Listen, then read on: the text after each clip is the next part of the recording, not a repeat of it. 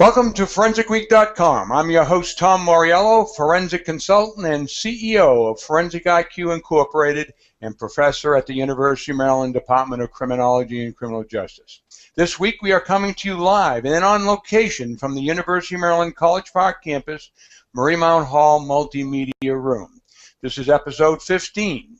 With our first on-location show where the University of Maryland's Lambda, Theta, Phi, Latin Fraternity, and Criminal Justice Student Association are sponsoring an important and timely event, gun safety, identification, and awareness.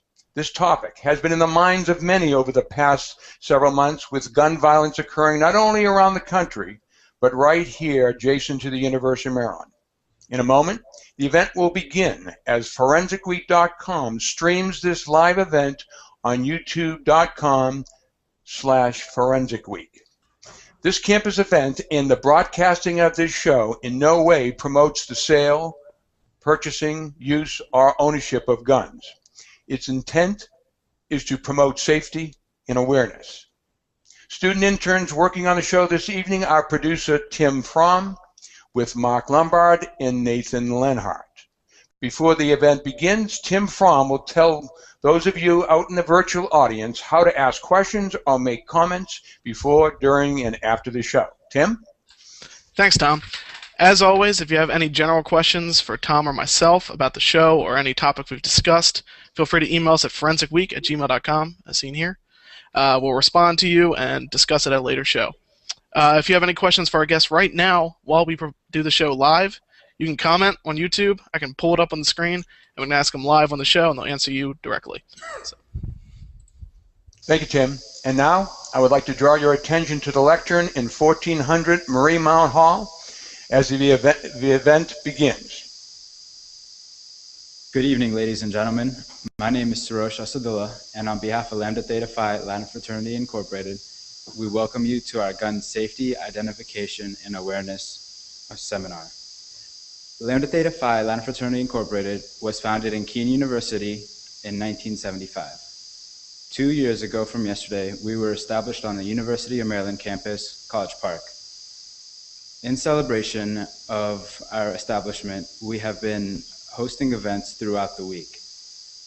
Our organization is more than just a brotherhood. We serve the community through different volunteer initiatives, cultural and social events, as well as educational workshops. This event is strictly educational and in no way reflects Lambda Theta Phi Latin Fraternity or its brothers' views. The purpose of the seminar is to educate everyone on safety and awareness of guns. In order to do this, we have some special guests that we are honored to have today. Captain Robert Mueck of the UMPD, Professor Tom Mauriello, and some weapons experts as well. This event is in collaboration with the University of Maryland Criminal Justice Student Association. And on behalf, to represent the CJSA, is Scott Kugel. Thank you, Suresh. As you stated, my name is Scott Kugel. I'm president of the Criminal Justice Student Association. We are the largest criminal justice group on campus. And our job really is to serve as a liaison between the students and the criminal justice community. We do a lot of field trips, we organize guest speakers, we have an annual criminal justice career fair, which actually occurred yesterday. And we really felt that this was ideal timing for an event like this because of the recent crime on campus. And we really hope that this presentation will assuage some of the fears that students have spoken up about recently. So here to speak for the University of Maryland Police is Captain Robert Mueck. Captain Mueck is a 27-year veteran. He is one of the founding members of the university's Beta team, which really seeks to identify and work with students of concern to prevent any escalation of violence on the campus. He has a bachelor's degree from the University of Maryland College Park in law enforcement. He has a master's degree in management from UMUC. And without any further ado, I'd like to turn it over to Captain Mueck. Thank you.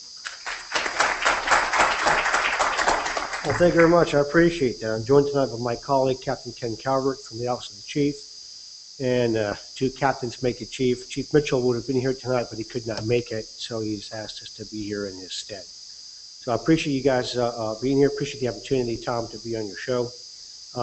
And I want to talk a little bit about what happens before this. So let me explain. I wrote the word boom up here. And I'm going to talk to what happens to the left of the boom. We have kind of a saying about that. The signs and indicators that lead up to the boom. The boom being the terrorist attack, the boom being the shots fired, the boom being the bomb, whatever that boom is. Now, a lot of the material that I'll reference tonight, I'm going to tell you now, come from a very well-written book called The Gift of Fear. I wrote it up on the chalkboard in case you're interested in it, written by this guy named Gavin DeBecker. And his book is actually what caused us in 1999 to look at this issue of harassment, stalking, workplace violence, students of concern, campus shootings, and so on, and begin to address these as maybe something a little bit different, at their signs, pre-instant indicators that lead to an event. So that's what we're talking about, to the left of the boom. We'll focus on the boom tonight. What is the boom? What makes a boom? How does it work? A handgun versus a shotgun versus a rifle and an assault rifle and so on. They'll explain all that to you tonight. So let me take a little bit of time just out for this, because we had an incident a few weeks ago off campus, wrote of suicide, very tragic, graduate student who shot 2 roommates, killed one, killed himself. We did not know about that. Had we known about that, about some of the apparent behaviors that occurred before the fact, maybe we could have intervened. That's working to the left of the boom. Does that make sense? So here's kind of what I'm talking about. So let me ask an audience member maybe, what signs might someone exhibit before they go on a attack of some kind, like a shooting spree, anything of that nature? Yes, sir. They might just say they're going to do that. It's a very good point. We call that leakage. When people actually plan for an attack, it's very, very common that they have this knowledge inside. They either share it with a friend who's a colleague or a cohort, or they are so bottled up with their plans that they begin to leak it out. And a lot of the things that we see nowadays are social media, Twitter, Facebook, and so on, things that they post or things that they might say in passing to somebody, okay?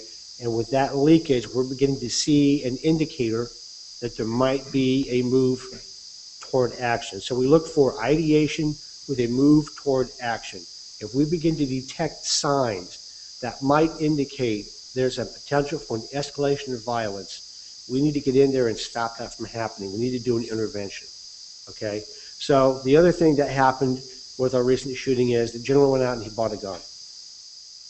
That in and of itself might or might not be an indicator. I'll give you an example. I have a neighbor, my next door neighbor, I'll call him Mike because his name is Mike, who is an avid outdoorsman. He hunts, he fishes, crossbow hunting, black powder hunting, bow and arrow, rifle, you name it, okay?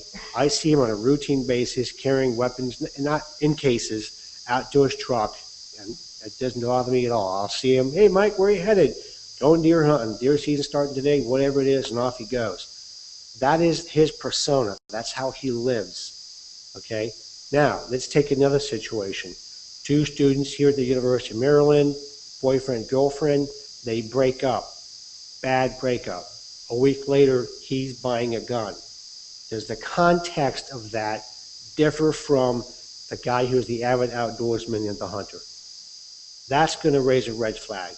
The presence of a weapon is going to be something that we ask about either way. As part of our threat assessment, we'll be inquiring about not just ownership, but availability. Okay? Do they talk about weapons? Is that part of their persona? So those are the keys that we kind of look for. And once we identify that there's a weapon, that's the next stage. Is it recent purchase? What's the reason for the purchase? And is it something that the person does all the time? When I was out in Wisconsin a few years ago at the university out there, the president of the university is talking to the officer I was with, talking about he's got a shotgun in the car as soon as he gets off of work. They're out because pheasant season started or whatever it was. I don't remember at this point, but he made it very clear that's just the way they are. That's just how they live out there. It's just a different lifestyle.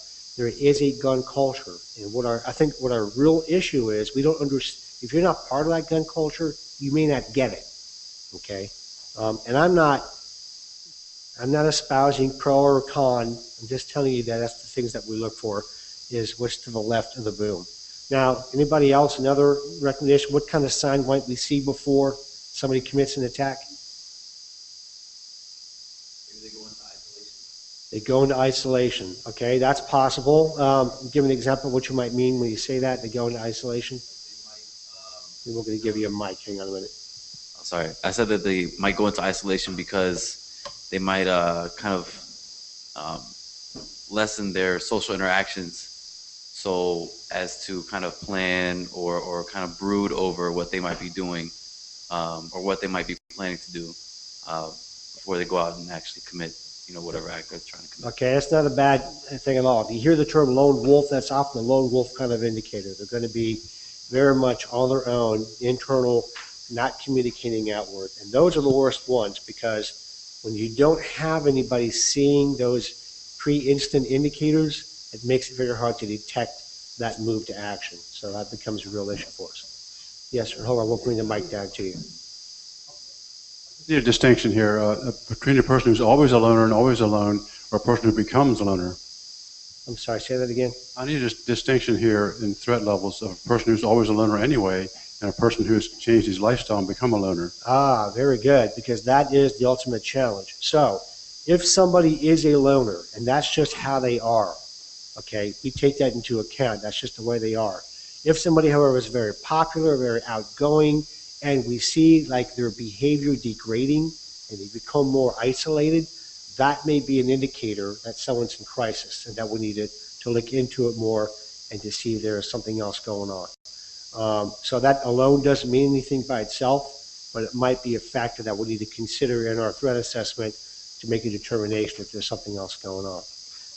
That's actually the worst case. So if you have a student in class who at the beginning of the semester, clean, outgoing, very happy-go-lucky, and through the course of the semester, their behavior changes, maybe they forget to bathe, they don't change clothes, they become more depressed, that's somebody who may be experiencing a real crisis and may be a potential threat, if not to others, maybe to themselves. So that would be the bigger issue for us. Somebody who is always a loner, they may just be reported because they're a bit odd or different, and once we find out that that's all it is, it's benign, and we move on. We have those folks on campus. We get, in the beta team, we get reports of that kind of stuff where people are a little bit different, they're socially awkward, that kind of thing. And once we find out what's going on, it's not an issue, because it's a real balancing act of making sure we don't violate someone's rights to privacy versus ensuring the safety of the public. Does that answer your question? All right, very good. All right, so real quick, just some signs for you all, so you kind of understand what we look for. There's an acronym called JACA, J-A-C-A, and the J stands for perceived justification. Does the person feel justified in taking the action that they're about to take? You guys remember what's famous about the shootings at Virginia Tech? What was it that the shooter did before? He did one shooting in a residence hall, and he did something, and he went and did the mass shooting in the classroom building. Remember what that was? He made a videotape. He taped himself ranting and then mailed it off to NBC in New York. And in that rant, he gave his justification for why he was doing what he did. And he talked about how he hated people, how they were selfish, how he didn't feel a part of mainstream society, and that was his justification, okay? So we look for those signs, so they feel justified in the actions that they're going to take. The first A for the JACA is alternatives. Do they have perceived alternatives? So I've dealt with cases where we've had people who've made threats, and it would seem that the threat is dangerous and people get scared. But what they often threaten is the real key. If they're threatened to take legal action, that's a positive. That's a legitimate means to resolve a situation. That's actually a good sign. If they threaten violence, that's a bad sign, okay? Because then that's not a legitimate alternative.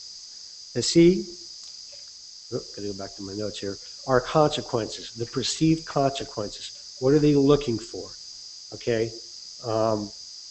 Do they believe that there's value in using force, and are they prepared to accept that?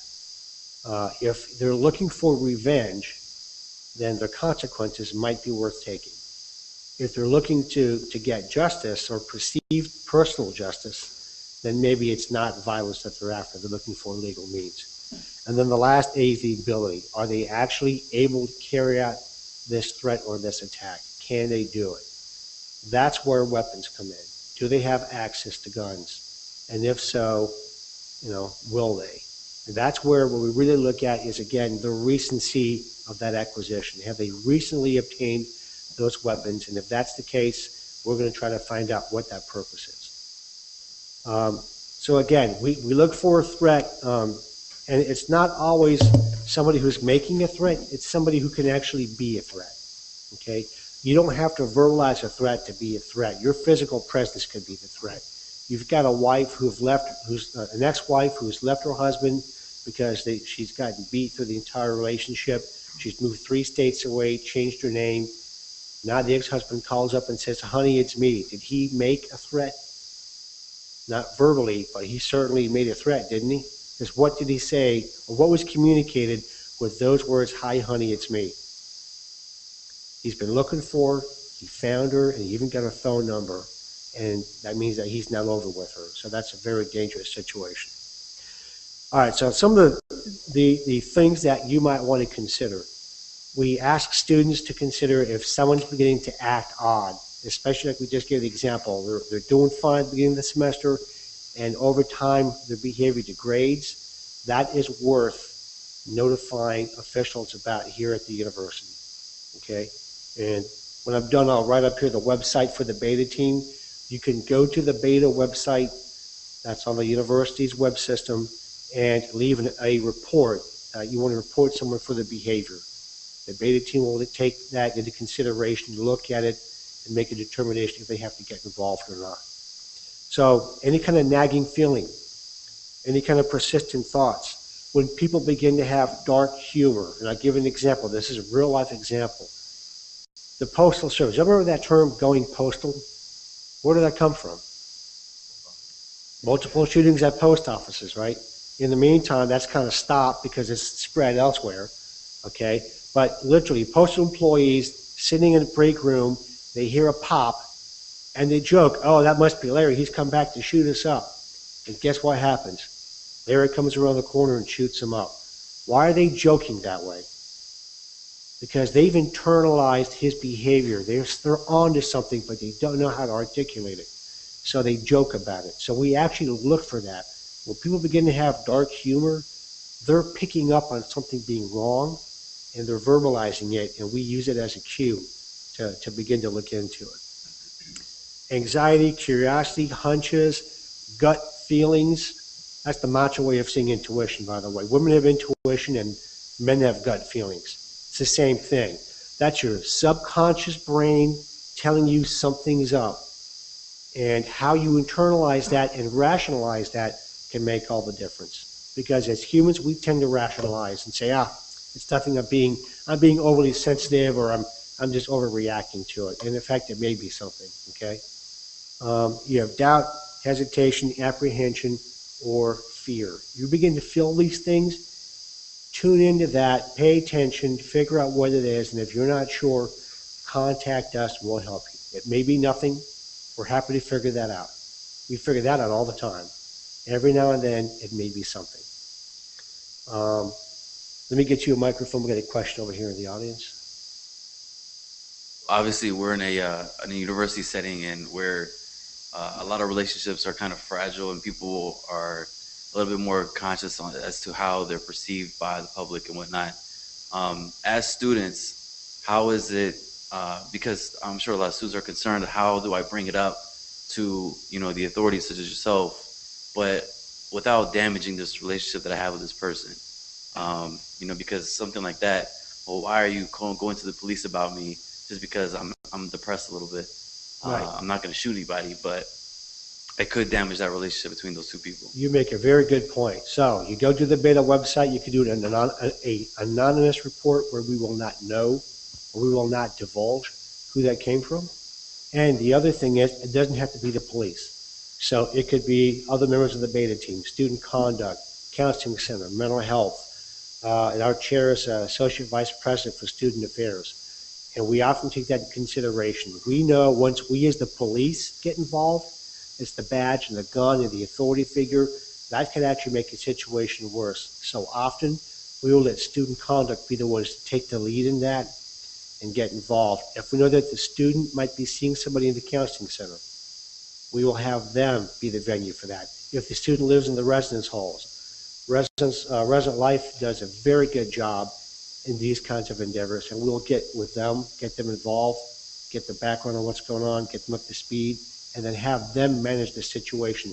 The intervention does not have to come from the police. And that's very important, that it doesn't always have to be a cop. It could be somebody else. As long as we then as a team meet and discuss and analyze and see that we're changing the behavior with that intervention, and that can do wonders. And we do that all the time. I think I'm going to end with that unless there are any other questions in the audience. Got one more down here. I'd like to know how one might distinguish between a person with an impending suicide plan from a person with an impending murder-suicide plan. That's a very good question. It's very difficult because often they're the same mentality. You may not know the difference. We often say that suicide is anger turned inward and murder is anger turned outward. And if someone is suicidal and they possess a firearm, it's not hard to take that weapon, go from here to there, and make it a murder-suicide. So the same processes take place. We had that, unfortunately, a few years ago at the Comcast Center parking garage, where a young man was a student at one of the D.C. campuses, and he broke up with his girlfriend, who was a student here on campus. She did not know she was being stalked. He followed her, found her car. He apparently didn't know what her class schedule was, but he found her car, and he waited for hours for her to come back to her car. When she came back to her car, he stepped out. She rolled down the window to her car. At that point, she'd gotten in. There was a small exchange of words. The gun came out. He shot her, and then he shot himself. It could have just been a suicide, but he made it a murder-suicide. The same behavioral patterns would indicate either one. So it would be effective either way. It wouldn't be much of a difference. In that case, had she known she was being stalked, we would have seen those behaviors to the left of the boom. That might have allowed us to provide an intervention to prevent that from happening. Unfortunately, by not being aware she was being stalked, she didn't observe these behaviors, so we weren't able to prevent it. Anybody else? No, one more. I'm curious in your capacity as university police, the ability you have to access platforms on which people may express their desire to carry something out in the short term. So for example, social media. If somebody's in trouble and that's expressed to you, how quickly are you able to access, whether it be email or social media, or if you're even able to detect these patterns? Social media is a real challenge in this whole thing, because where before you might verbalize something to someone, now you can put it into a Facebook post or a tweet or something, and it's a game changer. We don't look just at content, we look at context. So for instance, if I fire somebody from their workplace, I can expect they're going to be mad and they're going to have an outburst and might even threaten to kill me because they're upset about being fired. In context, that's actually not unusual. I don't find it, I might be worried, but it's not as threatening as if somebody got a pay cut or whatever, came in and gave me the same threat. So it's very difficult because what you don't get with the Facebook stuff is that context. So now you're trying to figure out how serious that threat may be without having the background to understand what it really is. And that makes it very difficult. So because we don't have that, there may be an urge to act faster to make sure something is not imminent. So we had the Alexander Song case where he was posting stuff and people were notifying the university police, and somebody was out of state, like in South Dakota or somewhere. Is that what it was? Do you remember? That actually called us because they saw it online and said, hey, this is from your campus. You guys might want to be aware of this. And he said the next day he'd be at the mall shooting the place up. Now he gave, in that case, exact location with at least a rough time frame when it was going to be there, so we acted quickly. We had another case a few years ago with a young man who was writing like his journal on his Facebook page. It's very dark, very macabre, and it came to people's attention. They told me to stop writing this stuff, and he had, let's just put it this way, if Edgar Allan Poe were alive now, we'd probably be doing a threat assessment on him, okay? Because it was that kind of writing. So that's exactly what happened with him. This stuff was on his Facebook. We were able to it was open to the public. It didn't make it limited to friends and whatnot. We looked at it. Nothing that seemed immediately imminent, but we felt we had to get on it right away to find out what was going on. In the end, he ended up being committed in another county by the local police because he was in crisis, and it was being reflected in his writing. It was not threatening to the university, but we didn't know that until we looked into it. But social media makes it very, very hard. But that's part of that leakage. People leak their intentions out on social media, and that might show intent. So it just makes it harder for law enforcement to get involved.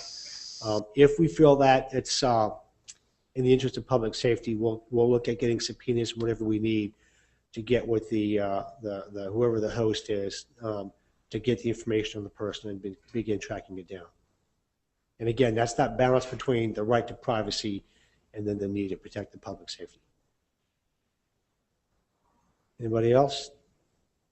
All right, with that, let me transition then to our firearms experts here and let them go on with the show. Thank you for your time.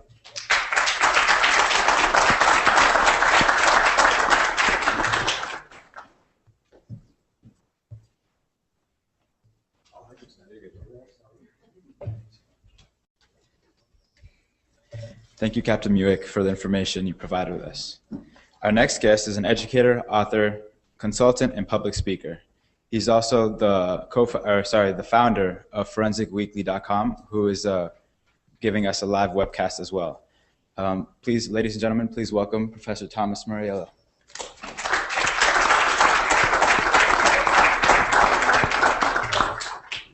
Bob, you're cutting me out here. Gee, welcome. I really appreciate being here, and I want to thank the fraternity and the Criminal Justice Student Association for wanting this to happen this evening. We're in competition with the basketball team. I just found out the ACC tournament begins tonight, and Comcast on the other side. So all of you need to tell everybody who's over there that they need to watch this show later on ForensicWeek.com. Now, this is called Gun Safety Identification and Awareness. And Bob did a great job of talking about the importance of awareness to try to recognize indicators that may happen. Another part of gun violence, or at least the way the media calls it gun violence, is people that are accidentally killed by a gun because they didn't know how it worked, or they thought they knew how it worked, etc. So one of the significance of this evening in our next group of guests is identification of guns. We thought it was important, especially if you don't know anything about guns. It's vital for you to know and understand and recognize the different kinds of guns, what they do, how they work, how to make them safe. Because although a lot of people are talking about gun control, there's a lot of guns out there, and they're not going away soon. So we as a society today need to ensure that we're protecting ourselves, protect our families, so it's my honor and pleasure. I've been teaching here at the University of Maryland for the last 35 years, and since 1978, I've had a group of guest speakers come to my class, my forensic class, for those of you who know. Most of the folks here, Bob's a former student of mine, and the guests that I'm going to introduce you are also.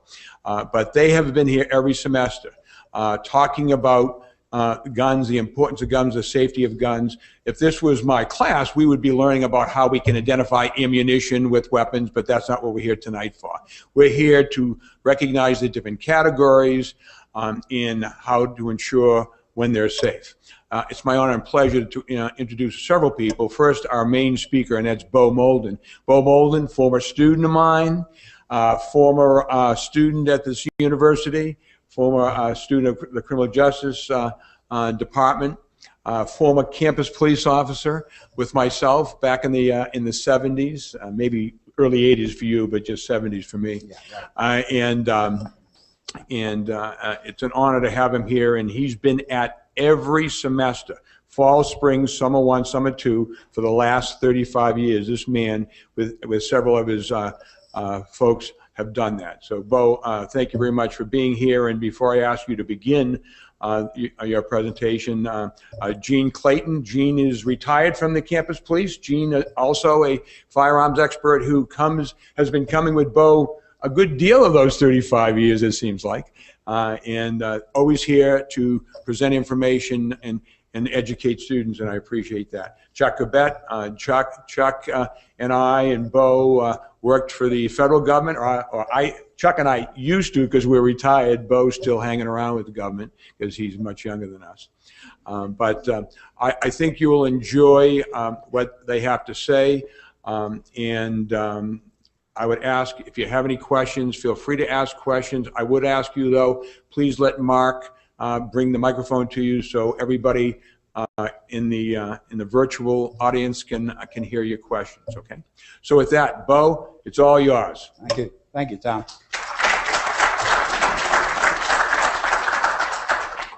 Well, as you can see, we have quite a few firearms up here for you to take a look at. During the course of this presentation, I will be passing some of these weapons around, and those are the general categories we'll speak about, so that you, in this kind of safe environment, can see firsthand what a revolver, what a semi-automatic pistol, etc., looks and feels like. A lot of people think I'm rabidly pro-gun.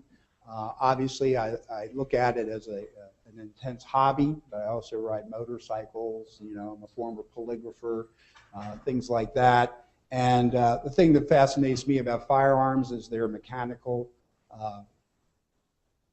functioning. I'm a target shooter, so the precision of putting bullets on target near the bullseye, hopefully in the bullseye, is very fascinating for me. And whether I'm doing it slowly with a bolt action or single shot handgun or rifle, or doing it very quickly during a time trial with a semi-automatic rifle or semi-automatic pistol, I just find fascinating from that. A lot of the guns that you see up here, I have never fired, only because having done this class for 35 years, you see as gun technology progresses, new things come out. I try to buy samples of things so that the people in the criminal justice course that I help that I guest lecture for the firearms can see this variety of firearms that are out there in the public domain, and some of the new technologies that are coming online in the firearms industry. So I run this presentation when I do this very informally. So if you have questions, please raise your hand.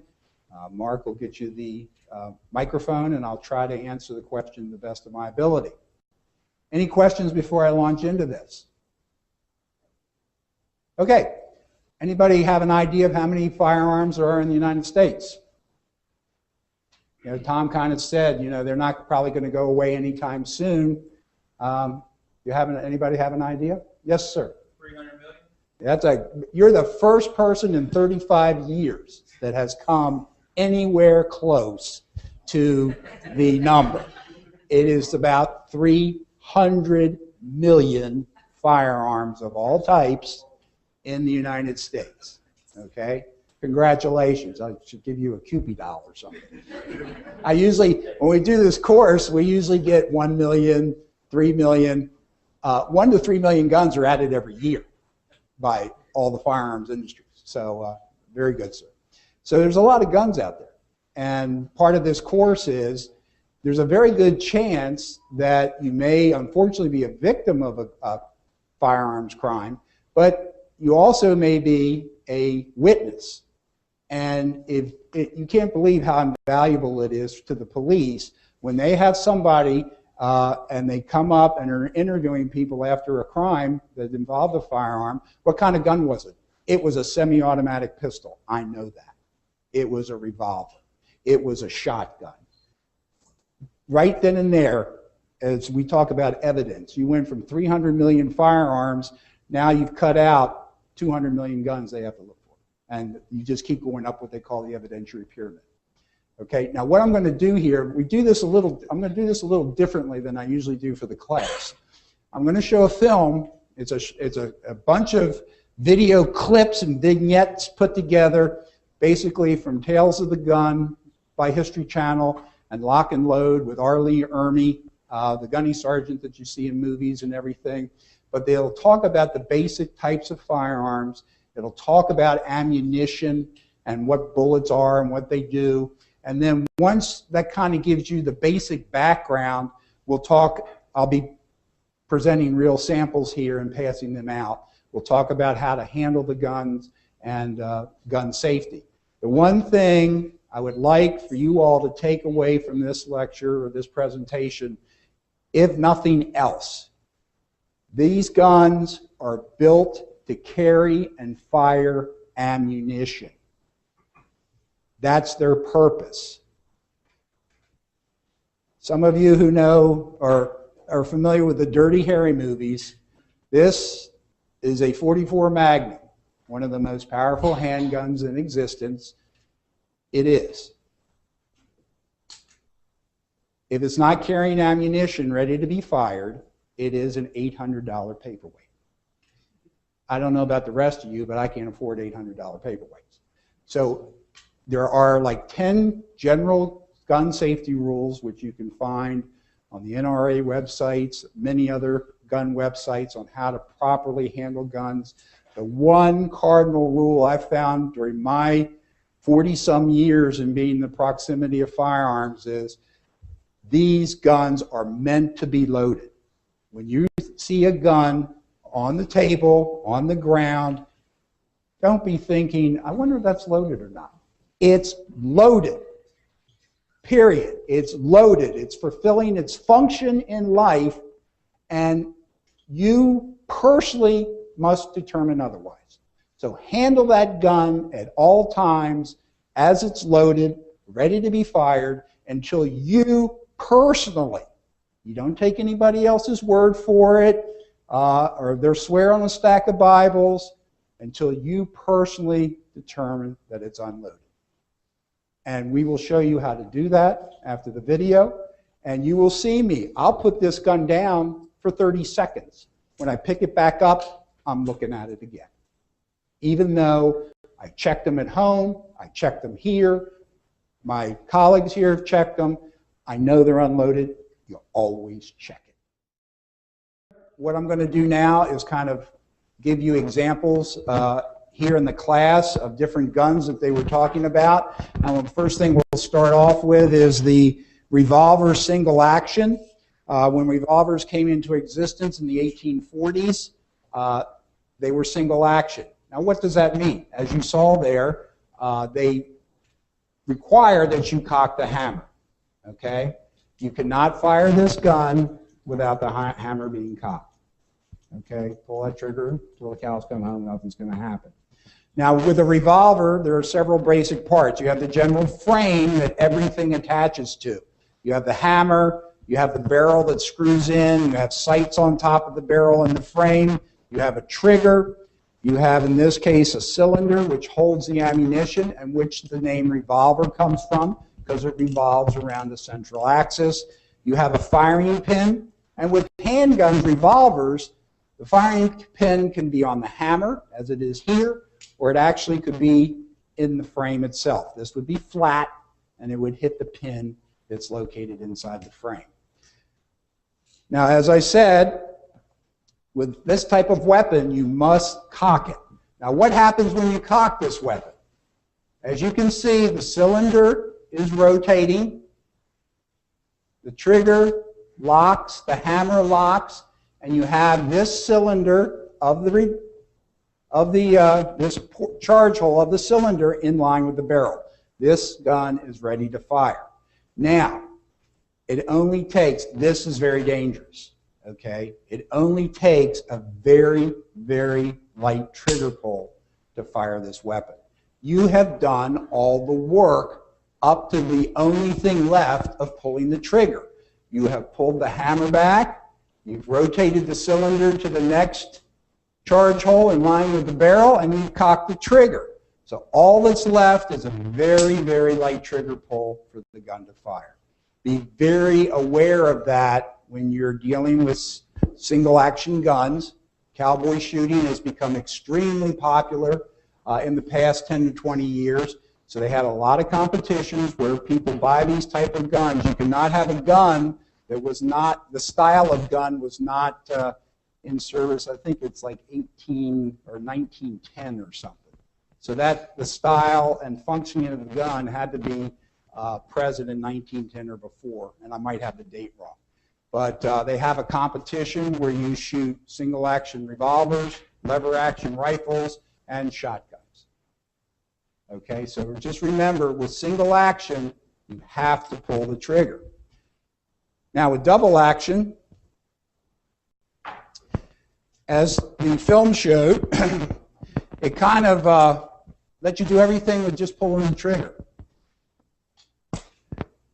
With this gun, you can pull the trigger, the cylinder will rotate, the hammer starts to go back, the cylinder lines up in line with the barrel, you reach a point where the hammer falls and fires the weapon.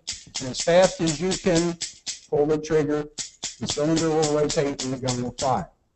These guns can also be fired single action, where you pull the hammer back, just like the other one. It does all the work, cocks this hammer, or cocks the trigger, cocks the hammer, and then a very, very light trigger pull. Okay?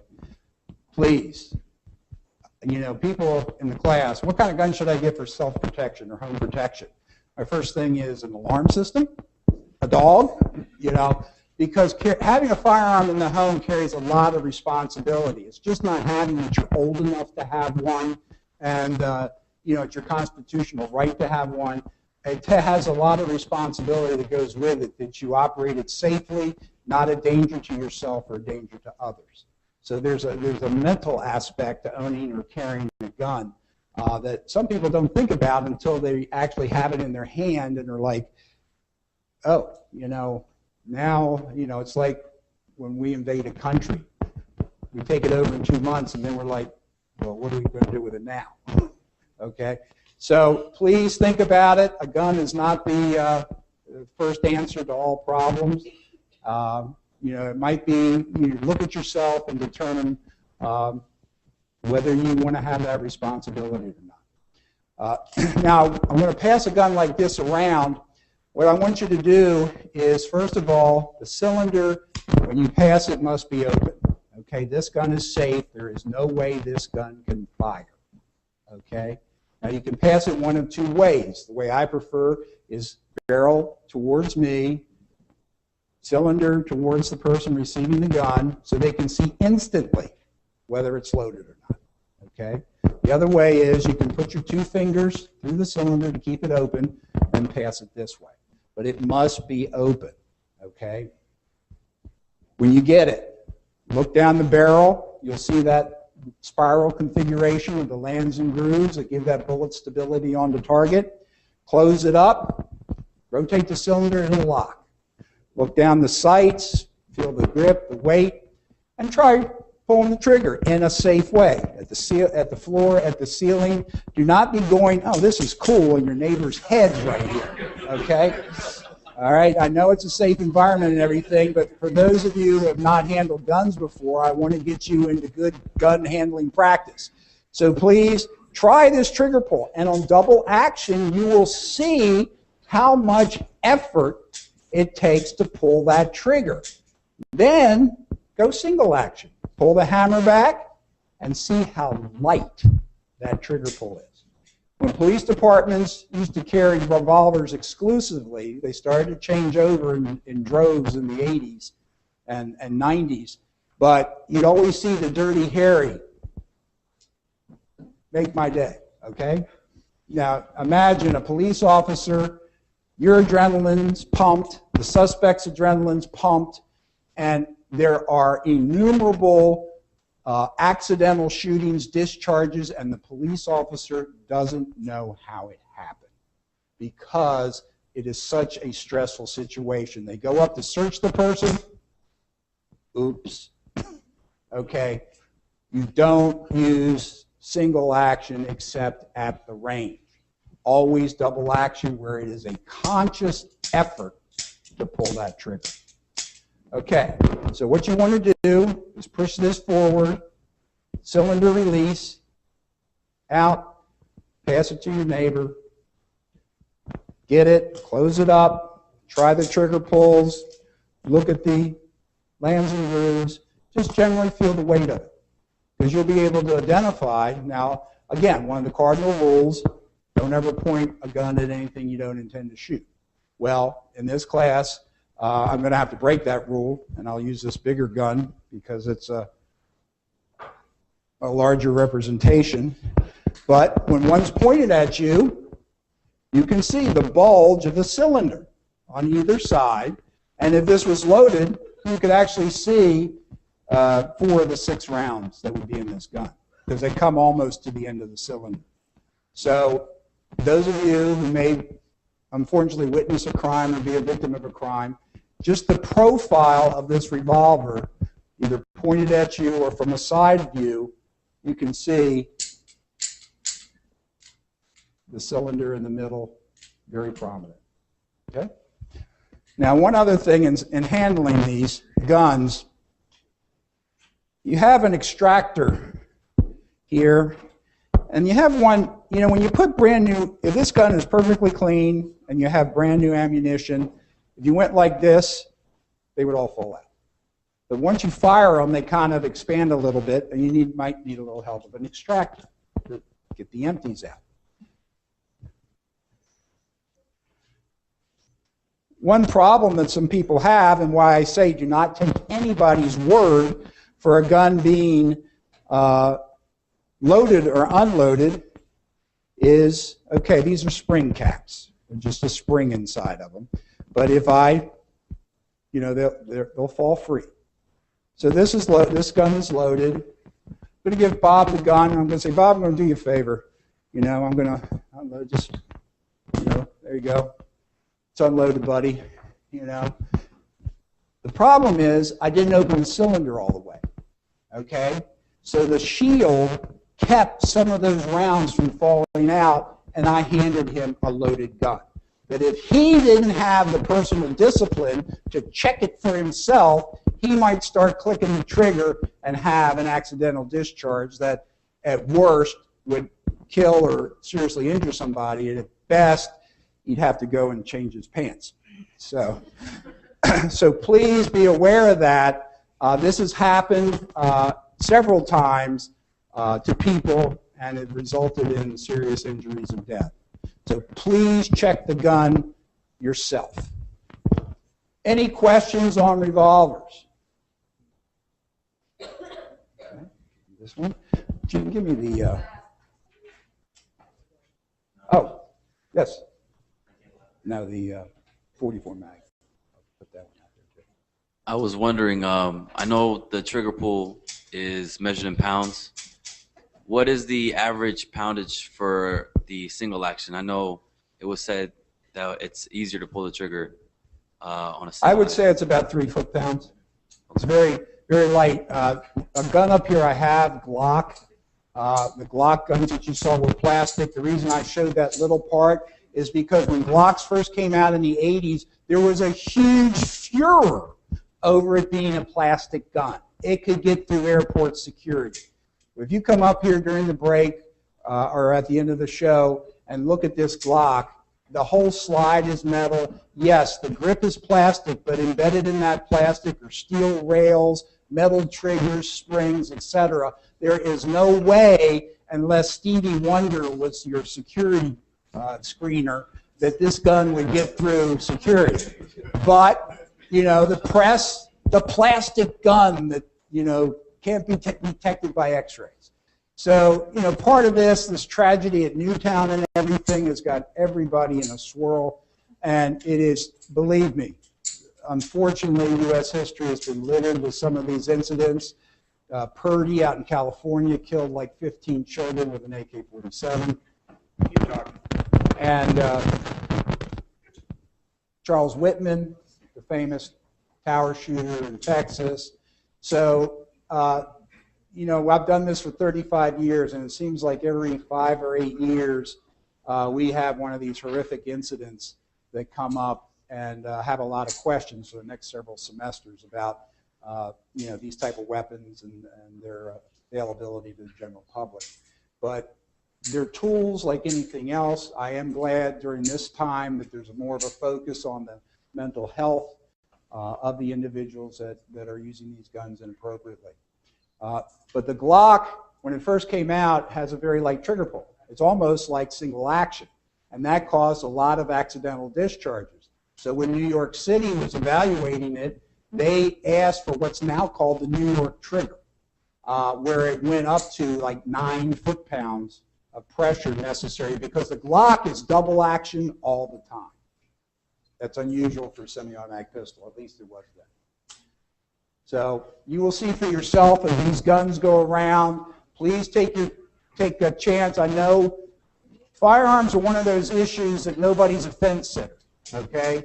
You either like them, don't like them, maybe don't have your mind made up quite yet, but you know, it's like abortion, religion, other things.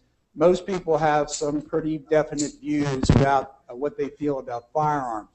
For those of you who may not ever have come in contact with one or don't particularly care for them, please take this opportunity just to familiarize yourself with the different types.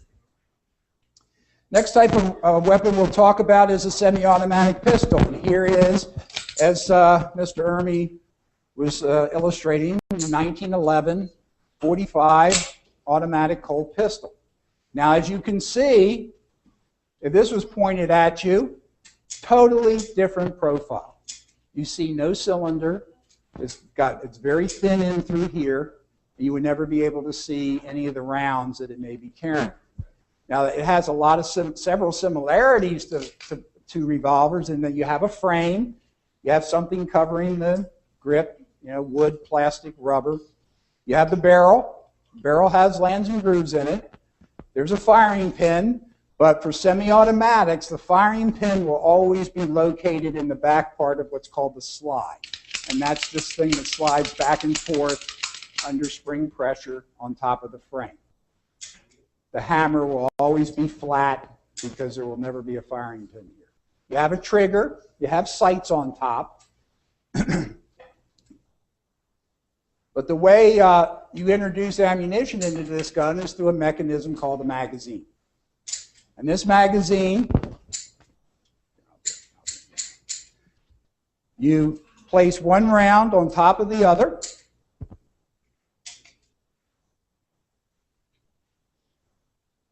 And load it. This magazine would hold 7 rounds, and then introduce it into the grip of the gun. Now, is this gun ready to be fired? No. Because, yes, I have the magazine loaded and in the gun, but I need a round in line with the barrel and the firing pin. So how do I do that? Pull the slide back, and as it comes forward under spring pressure, it strips the top round off the magazine and introduces it into the chamber part of the barrel.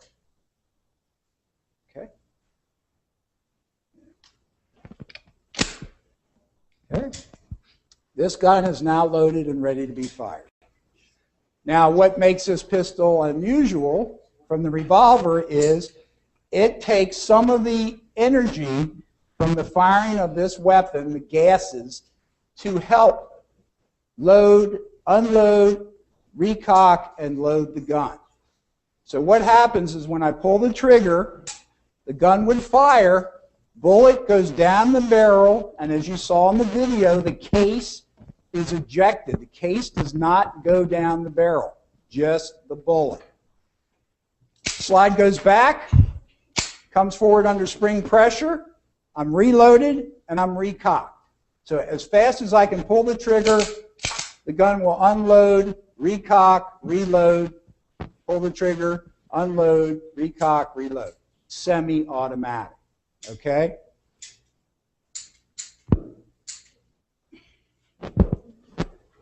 Now,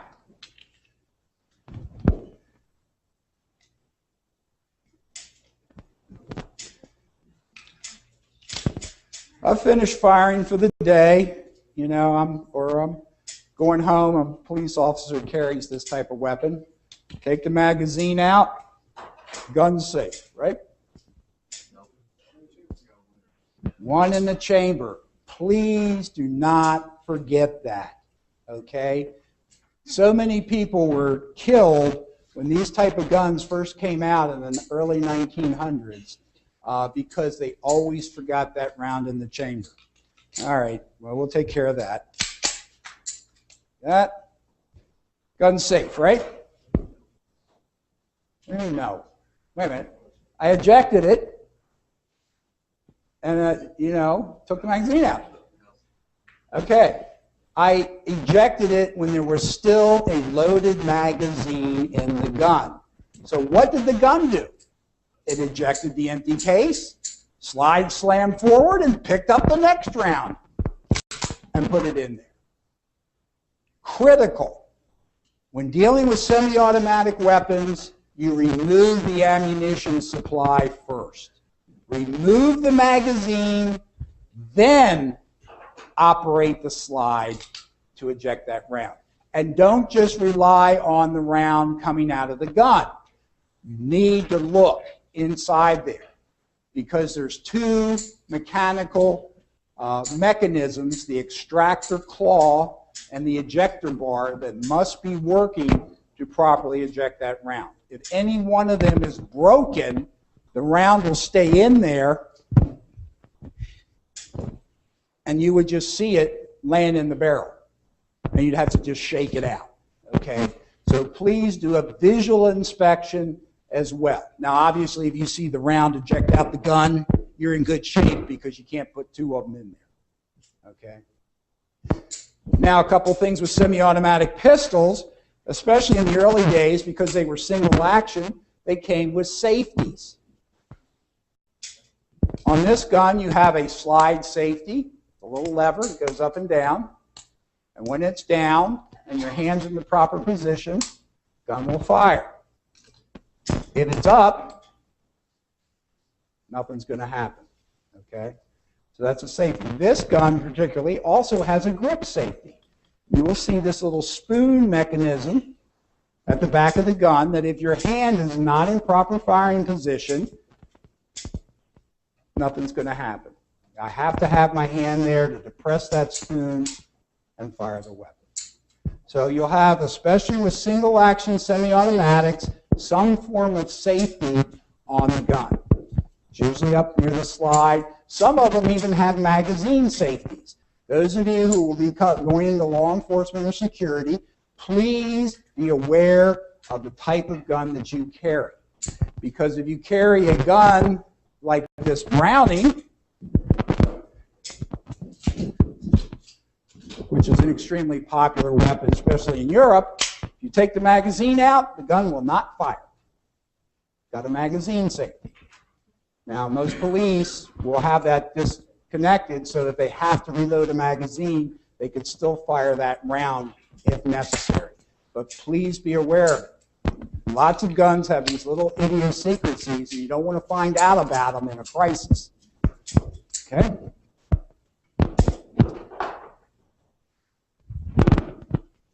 Now, one of the problems with semi-automatics is that they're ammunition sensitive. One, because they're recoiling back against your hand. You need to have a firm, stiff grip to give it something to give resistance to. And secondly, the ammunition, if it's underpowered, has been misloaded, it doesn't have enough power to fully put the slide back, and you might get a jam case. Now, with a revolver, as long as you didn't hear something go off, you can just pull the trigger to the next round. With this, you have to clear it. You have to get that round or case out of the way so the gun can properly load and function.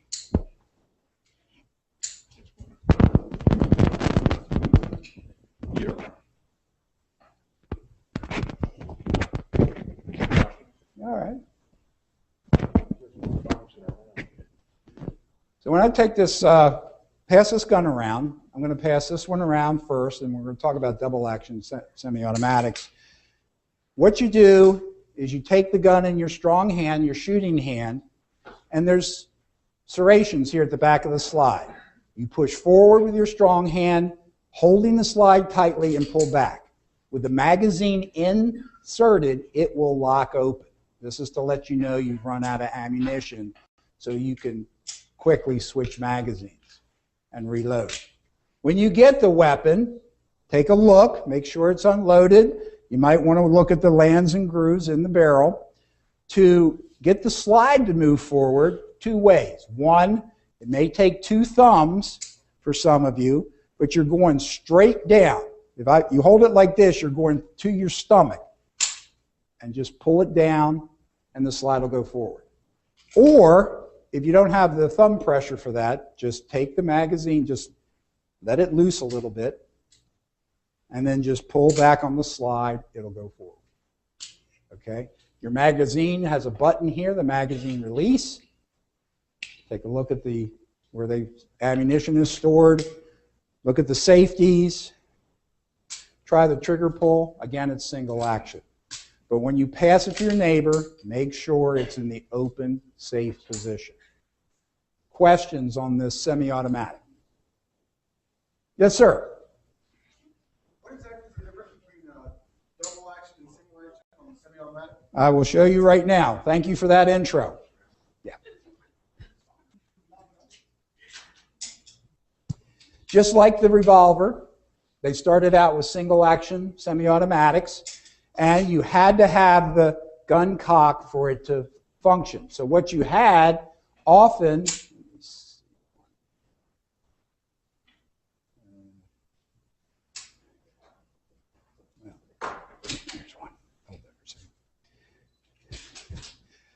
so what a lot of people did, especially in the West, they loved the Colt 45. So you'd have what's called the condition of cocked and locked. It'd be a round in the chamber, ready to be fired. They'd have the hammer cocked. Now we know that's a little dicey because of the single action trigger pull, but they'd have it on safe. So they'd have it in their holster. The leather strap would be between the hammer and the firing pin. So when they drew the weapon, they just break open the gun, pull it up, hand go immediately to the safety, and be ready to fire. So, you know, they could go boom, very, very quickly. Okay? But you had to have the weapon cocked for it to fire, just like the semi-automatic revolver.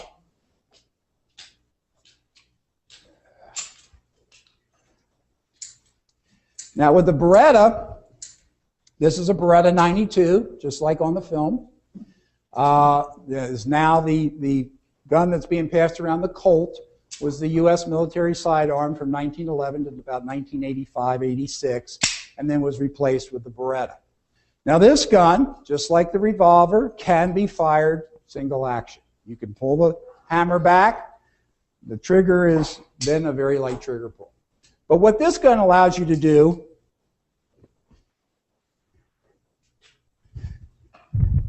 and you may have noticed, Gene, give me the magazine out of that Kimber. That one. The one gentleman talked about the advantage of this Beretta over the Colt 1911 as firepower. Thank you.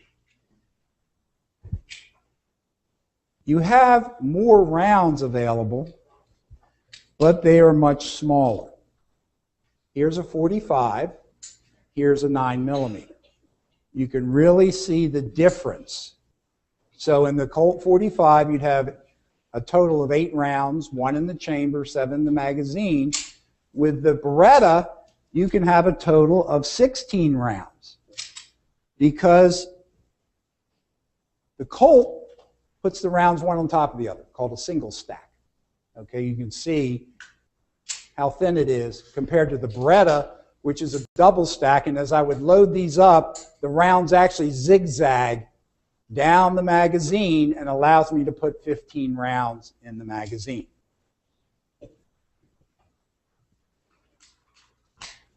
So you would load it. That was your first thing. You put it hammer down. on this gun because it's double action. So now you can carry it, hammer down, and when you draw it, it's just like a revolver. You just pull the trigger. Boom. So as fast as you can draw and pull the trigger, it will fire. Now, what happens after that? Again, practice, practice, practice with a gun you carry, shoot for pleasure, whatever, because what happens? The gun unloads, recocks itself, reloads itself. What kind of action are we in now? Hammer's cocked. Single action. So traditional double action pistols will give you that first shot as a very heavy trigger pull, but every shot after that is single action. So please be aware of that. You have that transition from a very heavy trigger pull for the first shot to very light trigger pulls after that. Now to solve that, and what Glock did was one of the first, is they went to double action only.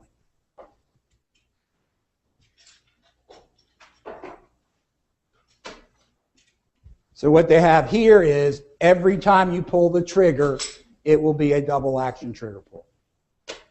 Okay, so you don't have to worry about that transition. But please be aware of it. Whatever gun you may decide to purchase or whatever, or going to a shooting range, with a traditional double action pistol, you will have a transition from a very heavy double action first shot trigger pull to a single action very light for all the rest of them. Now most of your modern guns too, the Beretta.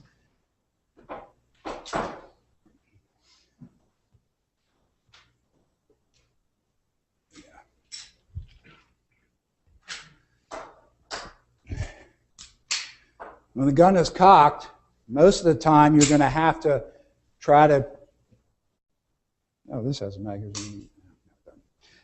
You're going to have to try to ease the hammer down. A lot of the older single actions, that's how you have to do it. A lot of the modern ones, just putting the safety, rotating the safety, rotates the firing pin up at an angle so the hammer comes down and safely decocks the weapon. So a police officer who has a traditional double action trigger pull might fire 2 rounds, boom, boom. Now he's covering the suspect, but his gun is cocked. He can quickly just reach up to the decocking lever, go back to that heavy double action intentional trigger pull while he's trying to handle the suspect, if he still has to have his weapon drawn. Yes, sir. Okay, I do not know I'm doing that. Okay, Gene, would you give him a hand?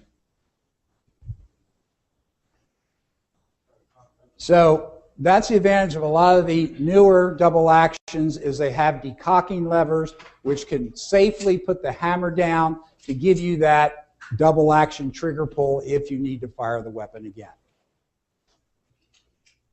Now, one thing a lot of people don't realize is revolvers have a safety too.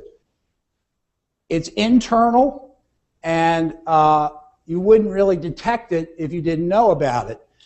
When this gun is like this, for this gun to fire, for modern revolvers to fire, now I'm talking double action modern guns, the trigger has to be all the way back. And since when you're pulling the trigger, that's a natural act anyway, you don't think about it.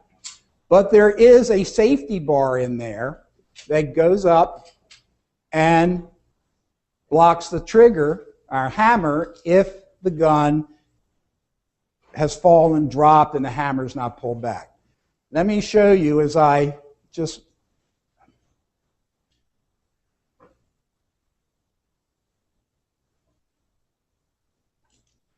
Here we go. Okay, that hammer is very, very deep into the frame. Now as I move it, can you see this thing wiggling? Kind of going in and out? It's wiggling there because as that trigger's going forward, that bar is coming up. So if I drop this with the trigger forward, it's not going to fire. Anything mechanical can break, but ideally it will not fire. Now, if your son, daughter, or somebody finds a gun like this with the hammer cocked, you know, very dangerous, single action trigger pull, and unfortunately, guess what? the cylinder release doesn't work in these conditions. So you put your finger here, you get the hammer going forward, and you get your finger off the trigger. Because as you allow the hammer to go forward, if your finger would slip, trigger goes forward, that bar goes up, preventing the ammunition from being fired. So there is a safety mechanism inside a modern revolver. It's just, in our normal use of it, you just don't notice it. But it is very handy for decocking a cocked weapon that you need to make safe. You got to keep your finger off the trigger to allow, if you would slip, for that trigger to go forward. Questions about semi-automatics? You saw about bullets. It's all different calibers. That's part of the display up here, all these different calibers from the real tiny bullets. We talk about assault rifles.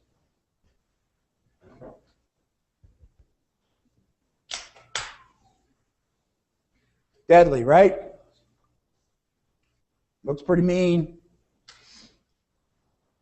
Fires the same round as this. This is the most popular 22 caliber long rifle plinker in the country.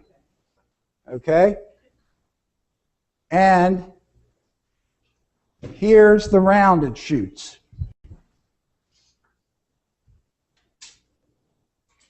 Can you see it? Okay? That huge black evil looking thing shoots that little tiny 22 cartridge that anybody who shot guns at all usually starts off with this, because there's minimal noise, no recoil. It's the round that you hear people plinking bottles and cans with. Now, here we have the 22 bullet, and here we have a 22 bullet. So the gentleman was talking to you about caliber and how two rounds can be the same caliber but totally different. This is a 223 or 5.56 millimeter used in the military M16 or the civilian AR-15 semi-auto variants. Quite a difference. This is 0.223. This is 0.22. So essentially the same caliber, but a tremendous difference. And even though that one rifle looks horrible, it shoots this little tiny round, whereas this rifle is a military assault rifle. It is fully automatic, has 3-shot burst control, and shoots the military NATO 223 round. So just wanted to let you see that difference of same caliber, basically same caliber, but totally different ammunition. Let's talk about shotguns real quick. I know the Vice President likes these things.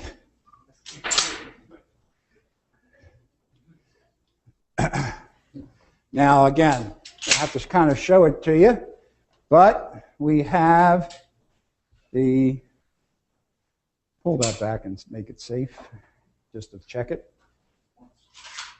Okay, good. Just want to double check it. Go ahead, let it fly forward. Okay, 12 gauge shotgun in my left hand, 223 rifle in my right. This is 72 caliber. 12 gauge is approximately 72 caliber, 0.72. This is 0.22. So quite a difference in not only the ammunition it fires, but in the power that the gun has. Much shorter range. This is long distance, as he mentioned, because the bullet has the opportunity to take full advantage of all the gas expended in the rifle barrel. This is shorter range because you have hundreds of pellets, well, anywhere from 6 to hundreds being pushed along at the same time, so they don't have that total benefit of the energy going to one bullet. Bo, this is Tom. Question, what's the law in reference to owning each of those weapons, the shotgun versus the assault? Okay, in Maryland, and this is something I find unusual, I don't know what the statistic is, but since about the Clinton weapons ban of 1994, Maryland has put many of the assault rifles that were available at that time under the handgun statutes. So when you buy a handgun, since 1966, when you buy a handgun in Maryland, you have to fill out a form that's sent to the state police. They do a records check on you, send the form back to the dealer. You cannot pick that gun up until your form comes back approved by the Maryland State Police, and you can't pick it up any sooner than 7 days since you purchased it. So you have that thing. So in 1994, 95, don't hold me to the date, AR-15s, other types, AK-47s, those type of assault rifles, semi-automatic, went under that. Before that, show your driver's license, you're 18, fill out the federal form, take your rifle. So they thought, well, they're a little extra dangerous because they got 30-round mags, whatever. So let's control them a little better. They put them under the handgun requirements. So today in Maryland, not all assault rifles fall under this because it was what was in the inventory or in the public domain in the 90s. But if you wanted to buy an AR-15, same process as a handgun. Fill out the Maryland State Police forms. You have to have it approved. Can't pick it up any sooner than 7 days, and the state police must approve it. So in Maryland, I don't understand I don't think we've had any assault rifle crimes because of that. But, you know, I can't say. You know, obviously the Newtown thing has really skewed the debate on this.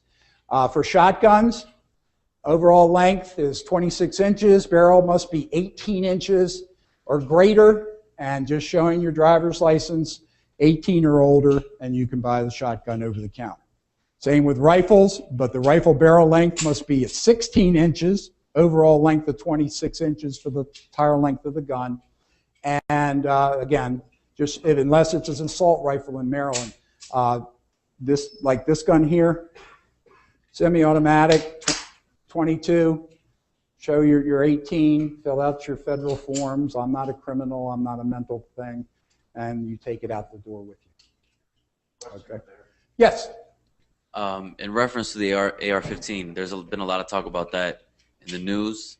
Yes. What is it that the 15 stands for? A lot of people know AR is assault rifle, but what does the 15 stand for? Is that the barrel length or? No, it's just a designation because the military designation was an M16. And I tell you the truth, I don't know if that's the version of Stoner's original design. His first commercially available one was the AR-10, which was a .308 NATO rifle, but that cartridge is a little too powerful for the forging, the light rifle he was trying to develop. So he developed the .223 M16, which M16 is fully automatic. And then they civilianized it for civilian use where it can't be full auto, it has to be semi-auto. But I don't know how they came up with that terminology, to tell you the truth. Yeah. I actually want to add a clarification. The AR term does not mean assault rifle. That's actually a political term. It actually said the Armalite company, which was the company that designed the rifle itself. Then that company was bought out. So I just want to make everyone knowledgeable here that the AR term is a political term. It does not stand for assault rifle. Okay. What we're looking at here, what we're displaying here, assault rifle. What is an assault rifle? What he's showing here are semi-automatic rifles. As he stated, the caliber is the same as a single. This is the only assault rifle up here because it is fully automatic. Okay, it has a 3-shot burst control and it can fire fully automatic. All the rest of them are semi-automatic versions. But when gun enthusiasts talk about assault rifles, this is what they're talking about: a military full automatic combat rifle. Okay, the others are civilian things, and there's lots of. Like this one here, you can see is tuned. It doesn't have a flash hider. It has a heavy stainless steel barrel. I took off the target grip, and it had a big, huge stock because it was built for target shooting. Yeah, it can hold a 30-round magazine. It can hold a 5-rounder, 10-rounder, and it's done for shooting competitions of trying to fire quickly on target and then moving to another station or position. But this gun has a, upper, or, it has about $1,500 worth of extra enhancements to it and would not be the street type semi-automatic version of this. Okay, any questions? Shotguns, we're going to show you very quickly how powerful shotguns are. Questions before I start shooting these things? Okay. Let me show you the powder the gentleman was talking about, how it burns, because it sounds like an explosion to us because it's confined into a case. And it builds up the pressure until it can remove the bullet. This bullet sits in this case. Finally, enough pressure is built up, and boom, it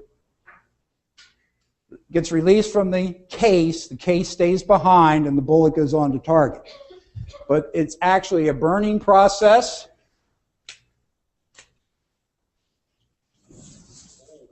Okay? And they all burn at different rates. If you have a small little 20 short barrel here, you think we got enough time to burn up the powder that's in this case here in that little short distance? No. So you have cases that are smaller, and the powder they contain burns very quickly. Whereas with rifles, you have more powder, but they burn slower because they've got at least 16 inches or more to continue to build pressure to take that bullet onto target. All right, now let's talk about the primers.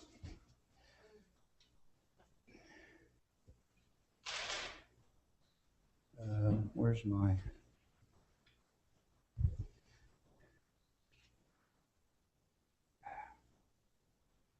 Oh, while I'm doing this, I'll let Gene show you this thing. This is a gun. Okay? It is a CIA single-shot survival weapon that was developed for agents during the Vietnam War so that they had, if captured, and they had the opportunity to escape, they had one shot of a .22, that little tiny bullet, wherever it went to try to put it in the person's head and run. But you can show that to them while I'm...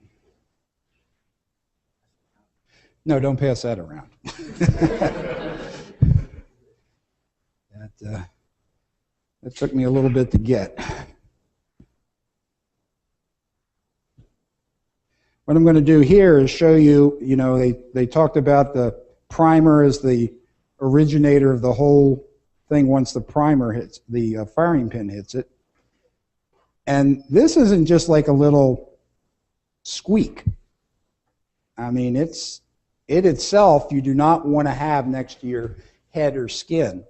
Here's the pouch. These blanks just have a piece of cardboard over them.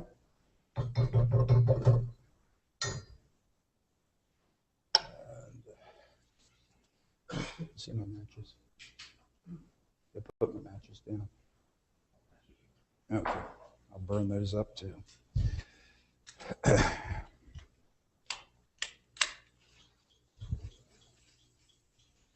Okay. Now what I'm going to do here is shoot this, and all it is the primer. There's nothing else in it but that little metal disc in the middle of the case, and that's what ignites all the powder. Okay, now it's going to be a very loud cap, so any of you who have sensitive hearing, please put your fingers in your ears. And watch the end of the barrel. You're going to see this is a 4-inch barrel, and it's going to have a spark flying out of here. Everybody ready? Ready? Okay. So that starts the process of the bullet being fired. That spark would go into the case filled with powder. Powder would burn, create a tremendous pressure to release the bullet from the case down the barrel, follows the path of the spin, lands and grooves, and goes on to target. Okay, now I need this one still. I still need this gun. Okay. Now what we're going to do is I'm going to fire a blank. Now these blanks approximate what it sounds like when a real round is fired. But again, it's just a piece of cardboard over the case. There is no projectile. However, in the 1980s, an actor named John Hexum on a TV set put a gun to his head that had blanks in it and killed himself. Now, for the next 2 years, 3 years, how do you kill yourself with a blank? We're going to show you. These are very, I mean, can you imagine having this against your, you saw the spark just from the primer, putting this against your head, all that powder, all that cardboard going through your skull, okay? And remember, in Hollywood, it's not like a blank like I have here. It's about 50% more powerful so that you can hear it and see the flame and everything. Now, for this, you're going to need to hold your ears, because this will sound like a real gunshot and is loud.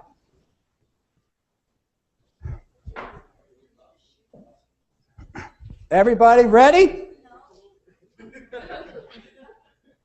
Everybody ready?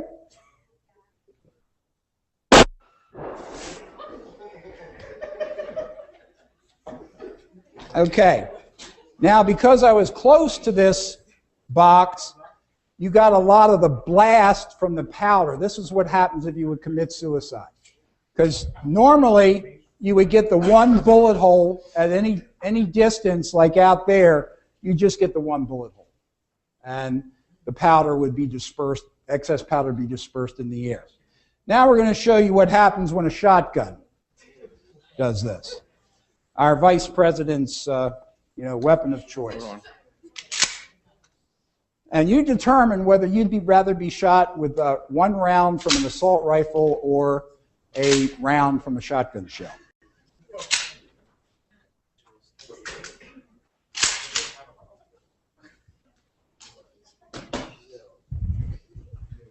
Where to do my head? Oh, here they are. All right, now this is loud, so please hold your ears.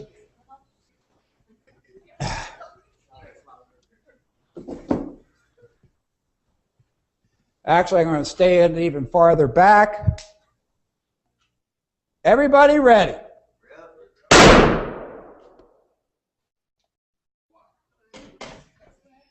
Now, this blank that I fired is called a popper load. It's a light blank to train dogs to get used to the sound of shotgun fire when they're out hunting, because they go out in the lake and retrieve the duck or thing. So we can see that I'd much rather be preferred to get hit with this, and have my whole chest collapsed versus, one round from a rifle. So when you go out there, to me, guns are fun.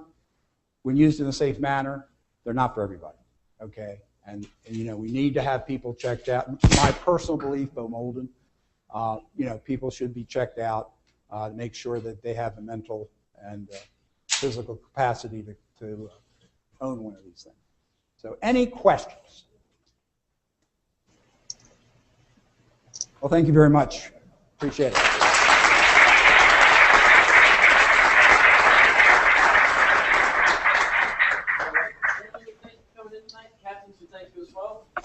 With that, we'll send it back to you, Tom.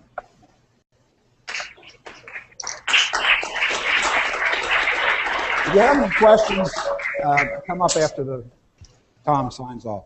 Thank you, Bo. ForensicWeek.com would like to thank all the guests in the University of Maryland Police this evening, and especially the Lambda, Theta, Phi Latin Fraternity, and the Criminal Justice Student Association for sponsoring this important event. Meanwhile, tell all your friends and colleagues to tune in and watch ForensicWeek.com live every Thursday evening, 7 p.m. to 8 p.m. Eastern Standard Time, or view any of our archive shows like this one this evening. Within moments after the show is complete, it'll be recorded and archived on ForensicWeek.com, so at your convenience you can see it anytime. I am your host, Tom Mauriello. Have a safe and enjoyable spring break next week.